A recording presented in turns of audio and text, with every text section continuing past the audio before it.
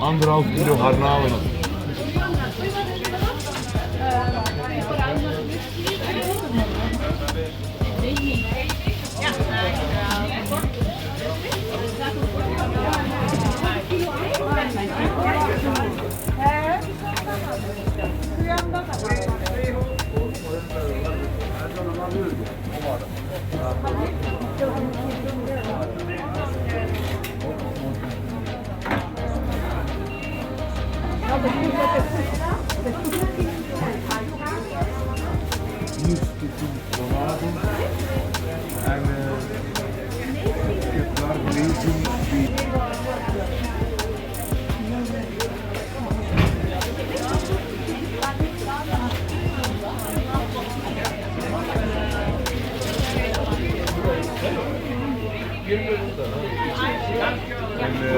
En kilo zambul.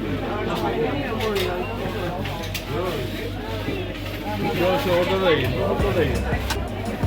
Of meer masa ook zijn.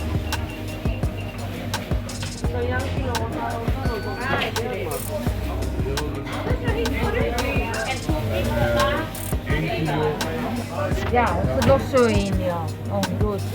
Ja. Nee, met 4 euro niet.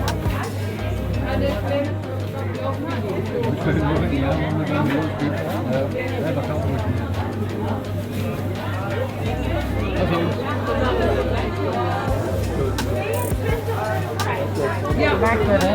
Ja.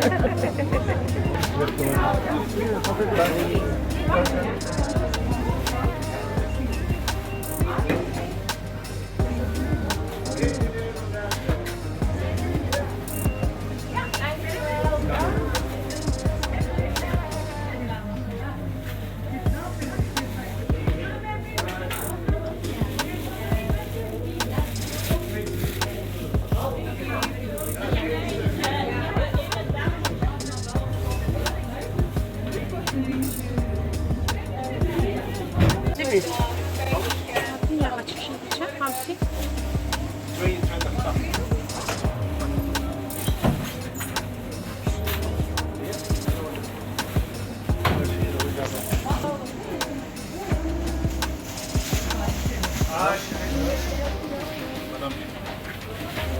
Was alles zo?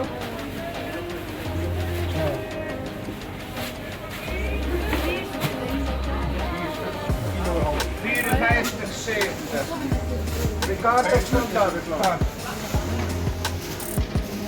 Ja, hier zit het.